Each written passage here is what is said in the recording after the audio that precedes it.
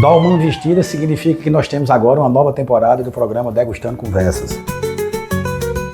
E escolhi hoje um prato que aprendi quando estive em Florença com o chefe Davi Rossati, que é um ragu florentino, ou fiorentino, como se chama lá, que é uma receita típica da mãe dele, né? Eu já postei um vídeo mostrando a aula que eu recebi dele e eu vou compartilhar hoje com vocês. Mas antes, estou falando de Florença, estou falando da Toscana, lembra, logicamente, vinho, lembra um vinho Chianti. E aí eu vou abrir aqui primeiro, para depois a gente começar a provar, até porque a receita, ela necessariamente, ela é feita com o próprio vinho, o vinho Chianti. Então,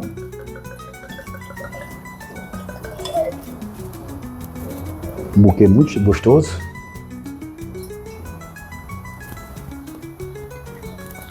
Saúde. Então, gente, tá aqui o nosso primeiro prato. Os ingredientes que nós temos aqui é o ragu florentino do chefe Davi Rossati, o buquê garnier formado por ervas que eu colhi aqui. Uma curiosidade que na Itália tem muito presente o louro, mas o louro, como eu estou aqui para vocês, in natura. Não é tão fácil às vezes a gente encontrar no Brasil. Geralmente a gente compra o louro desidratado no supermercado. Mas para manter a originalidade da receita, eu fiz questão de comprar pedir uma planta, uma muda, plantei e colhi aqui no meu próprio jardim. O alecrim, né, o manjericão, que não pode faltar, o tomilho e a sálvia. Então tá todos aqui os ingredientes, né, para o buquê garnier, a nossa carne moída para fazer o ragu. Eu gosto muito do patinho para fazer, tá aqui moído, foi de hoje, fui no supermercado. Escolhi um espaguete, um número mais grosso, porque se eu vou fazer ele um ragu florentino, um espaguete à bolonhesa, vamos dizer assim, ele necessariamente precisa, quanto mais grosso melhor, que é o bucatini, né, que tem um buraco no meio, como se diz, né, o nome italiano seria bucatini. Aqui no Brasil, enfim, se chama, dependendo da localidade, em Campina Grande, na Paraíba, minha cidade de origem, lá a gente chamava macarrão grosso e macarrão fino, né, mas isso há muito tempo e era mais algo comum. Depois, com o tempo, vai aparecendo os nomes que são na origem do local. É o bucatini. Aqui tem, isso é outra também curiosidade da receita de lá, aqui geralmente a gente leva alho, tá? Lá ele não utiliza alho nessa receita que é da mãe dele, segundo ele mesmo disse na aula que eu assisti com ele, que é justamente o aipo ou o salsão que a gente chama aqui no Brasil. Aqui a cebola, eu fiz questão de triturar bem a cebola para passar desapercebida no sabor, tem gente que não gosta. Cenoura também bem picada, tá? Cenoura bem picada aqui que eu peguei para vocês. Trouxe um tomatezinho aqui, pra gente usar no prato, muito mais para decoração no fim. Tem gente que gosta de sentir o próprio tomate em si no final do molho, eu também sou desse. Aqui uma pimentazinha para apimentar um pouco as coisas, às vezes é bom. Azeite, o vinho, essa receita é feita com vinho, tá? E eu escolhi aqui o tomate pelato, né? E aí só a diferença, por que você não escolheu a passata e escolheu o pelate? Primeiro que tem diferenças nos processos de um e outro. A passata ela é feita um cozimento com todos os ingredientes, cebola, tomate, né, o próprio manjericão, e você lá não adiciona só sal, não adiciona açúcar. O pelate, ele é outro tipo de processo, ele vai dar um cozimento dentro da própria tomate, e aí deixa ela fazer o cozimento dela, depois você resfria ela para você tirar somente a casca e ficar o tomate sem pele, de fato. É isso aqui. Alguns levam outros ingredientes, levam azeite, manjericão, né? O próprio não usa alho, mas usa cebola. E em alguns casos, obviamente, se coloca um pouco de açúcar para manter. Mas enfim, esses são os ingredientes. E agora, mãos à obra. Aqui, olha, eu estou deixando o fogo baixo e só uma curiosidade. Tem muita gente que acha que o fogo tem que ser alto. Esse prato é um ragu florentino, ele tem que absorver bem, a carne tem que absorver bem os ingredientes, os molhos, para incorporar o sabor. Lembre-se que gastronomia, no geral, é aroma e sabor.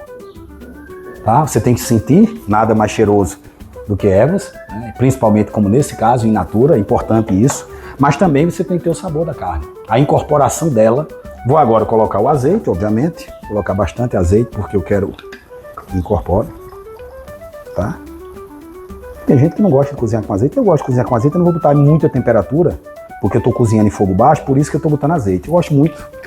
E aí é bom sempre lembrar, azeite com temperatura alta realmente não é bom. Você perde as características do azeite, perde tudo do azeite se a temperatura for muito alta.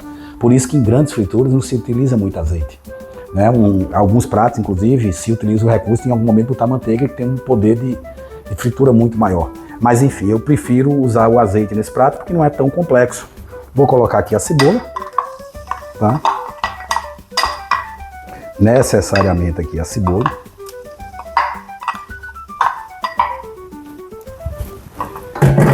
Vou colocar aqui depois o salsão, né?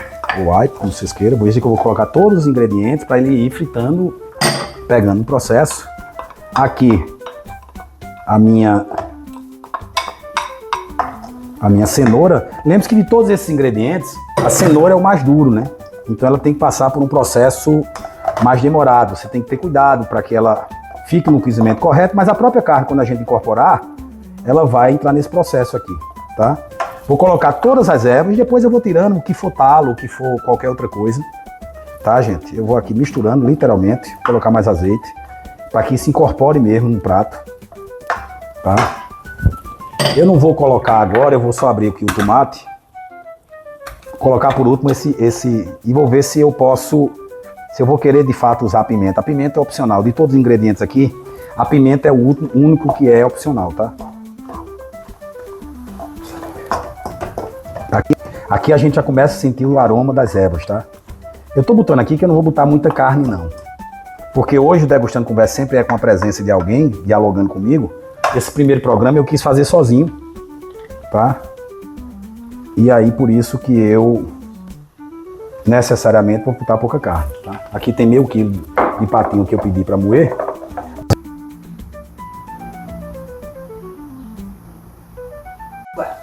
Isso é um processo de fritura mesmo, tá? Isso aí é a receita de lá, eu não tô mexendo na receita.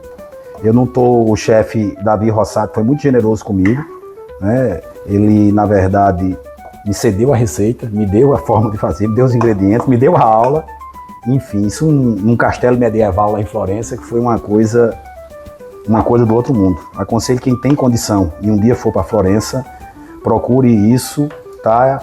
Porque é uma experiência extremamente aprazível. Então tem que fritar mesmo, tá? Eu vou deixar aqui. E quando eu colocar a carne dentro dessa fritura aqui, quando os ingredientes absorverem bem, a carne tem que ficar bem, quase que grudenta mesmo na próprio fundo da panela, tá, gente? Então, é por isso que a gente tá aqui deixando no ponto para eu botar a carne. Aí depois é que eu coloco o tomate, coloco o vinho pra gente concluir. E ao mesmo tempo, dessa vez, como eu falei para vocês, eu escolhi aqui um macarrão, um espaguete mais uma massa mais grossa. Mas só lembrando, eu costumo fazer, lá no curso inclusive foi assim, eu costumo fazer a massa fresca, eu mesmo preparar a massa. Mas como eu estava querendo fazer algo mais rápido, mais prático, eu peguei e comprei esse espaguete da Barilla, né, que é um espaguete italiano. Só lembrando uma coisa, né, quando ele vem nessa caixinha da Barilla, ele é tipicamente vindo da Itália, ele é importado, né, e quando ele vem o da marca Barilla, mas é da embalagem de plástico, ele necessariamente ele é feito pela Barilla do Brasil, tá? Se você me perguntar a diferença, logicamente tem a ver com trigo, tem a ver com os ingredientes, enfim. Mas também um bom espaguete, não posso negar. Depois que a gente deixou fritando aqui todos os ingredientes que a gente colocou anteriormente, quero dizer para vocês que você tem que sentar uma olhada. Preste bem atenção, um ingrediente que vai resolver quanto tempo fica, na cenoura, porque ela é um dos ingredientes que aqui estão, ela é a mais dura. Então se a cenoura começar a se despedaçar é porque está no tempo correto de você já colocar a carne. Então, eu vou colocar aqui a carne, tá, gente? Olha aqui quanto basta aqui. Vou pegar aqui a minha colher para mexer, tá? Para envolver bem a carne com os ingredientes. Tá? Lembre-se que nesse processo aqui é o processo da carne ela ser absorvida pelos ingredientes. Tá? Então a gente deixa, ela vai meio que pregar mesmo, vai pegar. Eu escolhi uma panela aqui que ela não vai... Tem uma facilidade de não grudar os ingredientes, mas de todo jeito sempre prega. A carne vai sair um líquido dela, é óbvio que vai sair um líquido dela. Esse líquido vai ajudar no processo, mas a gente tá aqui. Eu gosto sempre de mexer para que ela necessariamente ela mude de cor, né? Ela já comece já no processo, que aí é quando já começa a ficar para você botar todos os ingredientes que você precisa, que é os ingredientes complementares, que é o tomate pelado, né? E ao mesmo tempo também o ingrediente secreto. O ingrediente secreto nada mais é que o vinho, tá, gente? Um vinho que antes você tem que cumprir as tradições florentinas, tá? Como diz, já que a gente tá falando da Itália, né? Como diz na Itália, em Roma, seja igual aos romanos. Então em Florença, seja igual aos florentinos.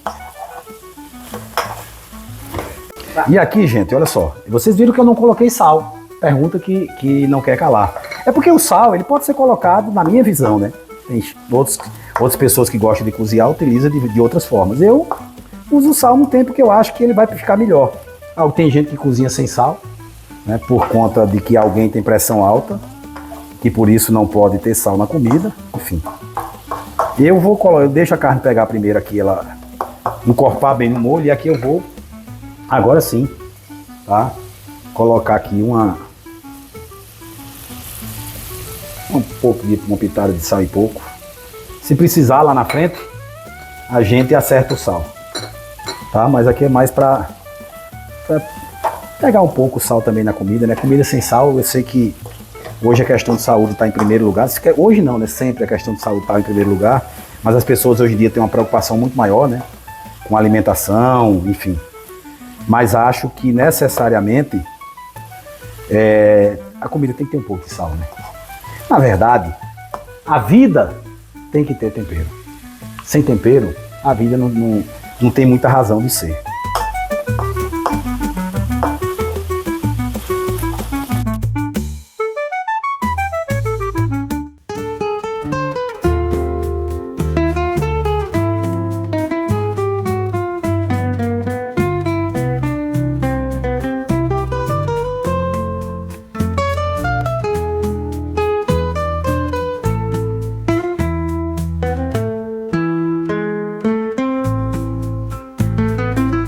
Já está quase grudando aqui no fundo da panela, tá? E depois disso vou deixar mais um pouquinho aqui. Então veja que já está praticamente grudando no fundo do prato. E aí onde a gente vai colocar o nosso vinho Chianti, para deixar o último processo, e também o nosso próprio tomate. Tomate pelado, ou seja, tomate que é descascado, que eu já vou começar a colocar aqui, tá? Uma parte deles aqui. Vou só triturar bem.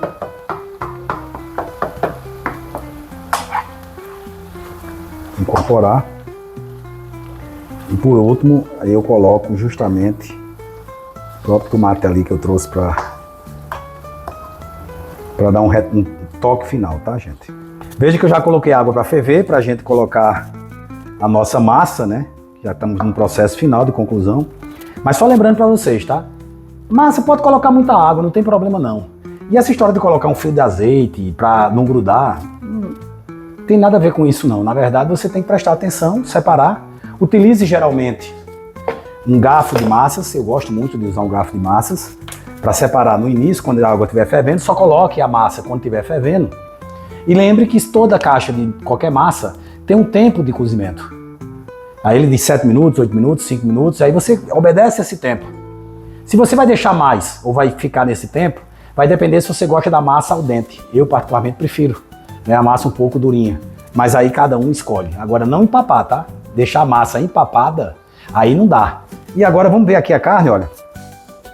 O nosso ragu aqui, ó, como já tá uma cor bonita, ó. Já incorporou bem o tomate pelato, tá? Daqui a pouco com mais fogo tudo se dissipa, os ingredientes. E agora o toque final. Como eu disse a vocês, se estou em Florença, sejamos iguais aos florentinos. Então vou só misturar aqui. Veja que eu não usei o que, gente? Água, né? O próprio Jesus Cristo foi sábio, ele transformou a água em vinho. Então a gente vai, né, pegar aqui e fazer justamente com o vinho o nosso próprio processo final, que é um processo de fervura do nosso ragu. Então tá aí, agora é só aguardar.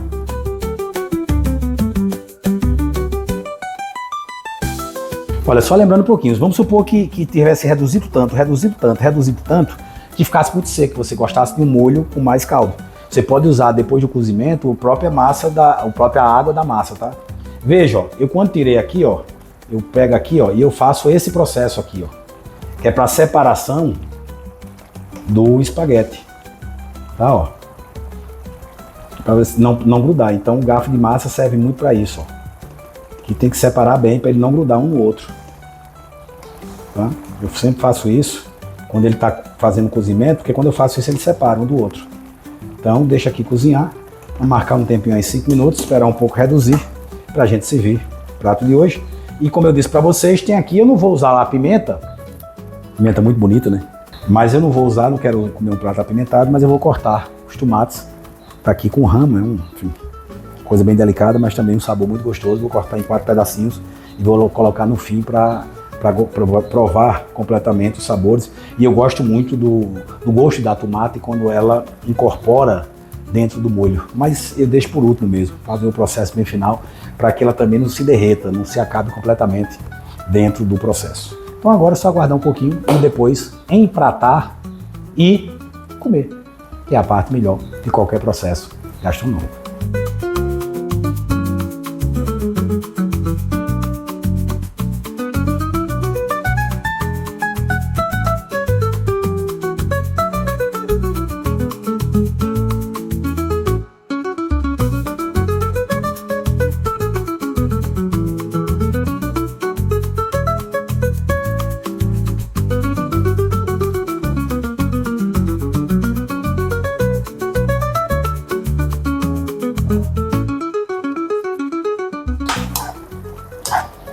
Veja que já está bem reduzido praticamente.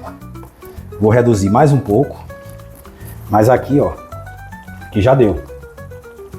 Então eu vou fazer aqui o processo que o chefe Davi Rossato, ele gosta, que é tirar toda a massa e botar aqui dentro, tá? Para que absorva completamente o caldo. E depois a gente serve isso. Então estou tirando aqui com garfo de massa, né, para que não precisar nem escorrer a água. Aqui eu vou só tirar completamente, depois eu boto no prato. A água aqui eu tirei já, então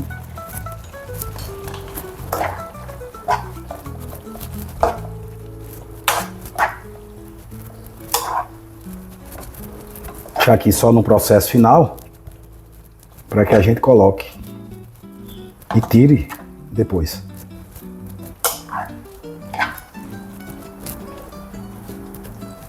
E aqui eu vou completando, né? Vou tirando aqui as últimas folhinhas que vão aparecendo dos meus. Mas volto a dizer, quem gosta de comer com elas, o manjericão, o alecrim, eu como fácil, tá, gente? Eu não tenho dificuldade não, só o louro que é um pouco mais duro, talvez tenha uma certa dificuldade para a gente comer. Mas o restante, ela dilui bem e não tenho dificuldade de comer não. Mas também quem quer provar o louro, fica na sua opção. E agora pronto, só empratar e servir. Aqui um prato, a gente chama prato de risoto, prato que é específico para isso. Eu vou desligar aqui, tá? Vou só pegar aqui a massa. Vou deixar aqui, afastar aqui um pouco o tomate. Eu nem coloquei o tomate porque eu vi que o molho já está muito concentrado, tá? Então nem tem muito sentido a gente colocar mais tomate, mas é também opcional.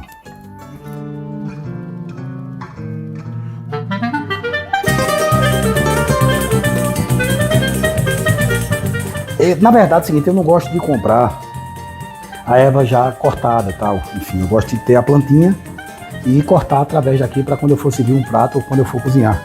E aqui para finalizar o prato de hoje eu escolhi aqui um manjericão roxo, tá? Eu vou cortar aqui só para fazer um mimozinho para encerrar o nosso prato. A ponta do manjericão. E agora vamos para lá.